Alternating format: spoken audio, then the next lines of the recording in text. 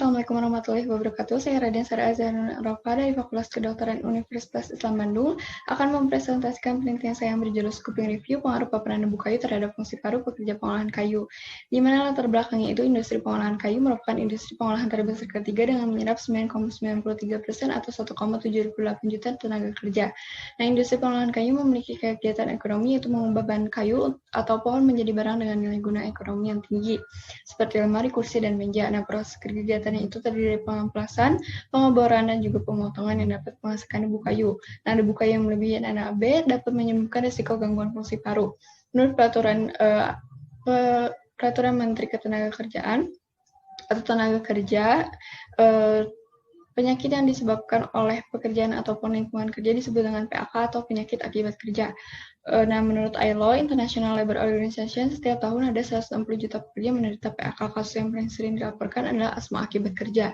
Nah, di mana tadi industri pengolahan kayu menghasilkan debu kayu yang respirable atau partikel debu kurang dari 4 mikrometer terhirup melalui saluran pernafasan oleh pekerja pengolahan kayu, terjadi sedimentasi inersial dan juga akumulasi debu kayu dalam organ pernafasan. Nah, faktor lainnya itu adalah umur, jenis kelamin, bagian pekerjaan, masa kerja, riwayat penyakit, dan juga status merokok.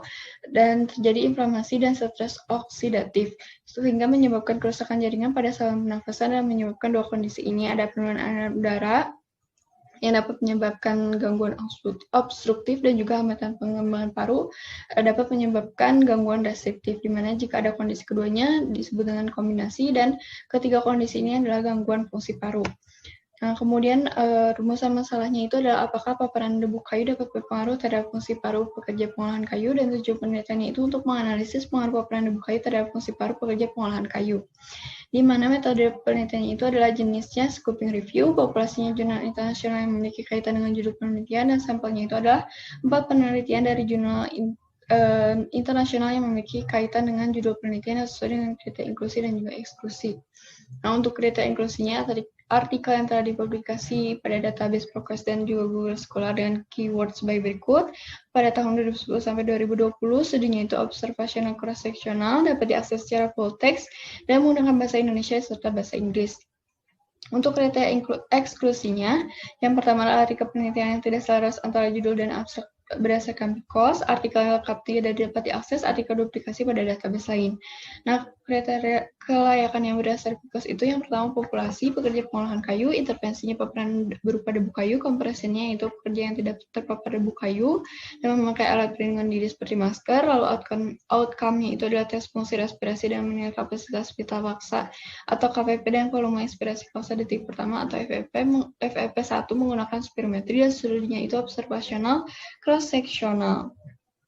Untuk diagram prisma sebagai prosedur penyusunan protokol, di mana pertama itu adalah pencarian data, kemudian didapatkan hasilnya itu dari ProQuest dan Google Scholar 1020 jurnal, kemudian dilakukan screening menurut kriteria inklusi, didapatkan 451 artikel, dan dilakukan kesesuaian berdasarkan kriteria eksklusi dan juga PCOS, yaitu didapatkan 4 artikel, sehingga artikel yang eligible atau layak itu sebanyak 4 artikel.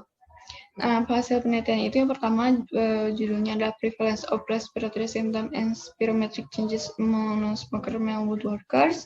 Yang kedua adalah Respiratory Symptoms and Vegetative Function Defects Among para Rubber Male Workers in the South of Thailand. Yang ketiga adalah Occupational Exposure and Pulmonary Function of Workers of Carpet Industry and Sawmill at Nepal. Yang keempat adalah Rubber Wood Dust and Lung Function Among Thai Furniture Factory Worker, di mana terdapat 3 artikel yang menyatakan bahwa FEP1 per KPP lebih rendah secara signifikan dibandingkan dengan kontrol. Satu artikelnya itu adalah kontra dari yang ini, kemudian 3 artikel menunjukkan FEP1-nya juga lebih rendah dibandingkan dengan kontrol, 1 artikel yang tidak sesuai, kemudian KVP juga terbukti pada 2 artikel terjadi penurunan secara signifikan, sedangkan 2 artikel lain tidak signifikan. Nah, pola penyakit paru obstruktif lebih umum dibandingkan dengan pola penyakit paru restriktif. Kemudian konsentrasi debu kayu dan juga lama kerja berpengaruh terhadap penurunan fungsi paru, dan keterbatasan penelitian ini adalah tidak dilakukan meta-analisis. Kemudian simpulannya itu untuk sembarangan umum debu kayu dapat berpengaruh terhadap penurunan fungsi paru kerja pengolahan kayu. Simpulan khususnya pola penyakit yang disebabkan oleh paparan debu kayu umumnya adalah pola penyakit paru obstruktif. Bagian gergajian kayu dan pengamplasan merupakan paparan tertinggi. Kemudian bagian kantor atau administrasi memiliki paparan yang paling rendah, konsentrasi debu dan juga masa kerja dapat mempengaruhi penurunan fungsi paru. Untuk sarannya, penelitian lanjutan dilakukan dengan metode meta-analisis, dilakukan pemeriksaan screening secara berkala untuk para pekerja, dilakukan pengurangan debu kayu di tempat kerja, kemudian durasi paparan sebaiknya dapat dikurangi dengan rotasi pekerja ke setiap bagian, dan penggunaan alat perlindungan diri seperti masker yang dapat menyaring debu kayu. Alhamdulillahirabbil alamin. Terima kasih atas perhatiannya. Assalamualaikum warahmatullahi wabarakatuh.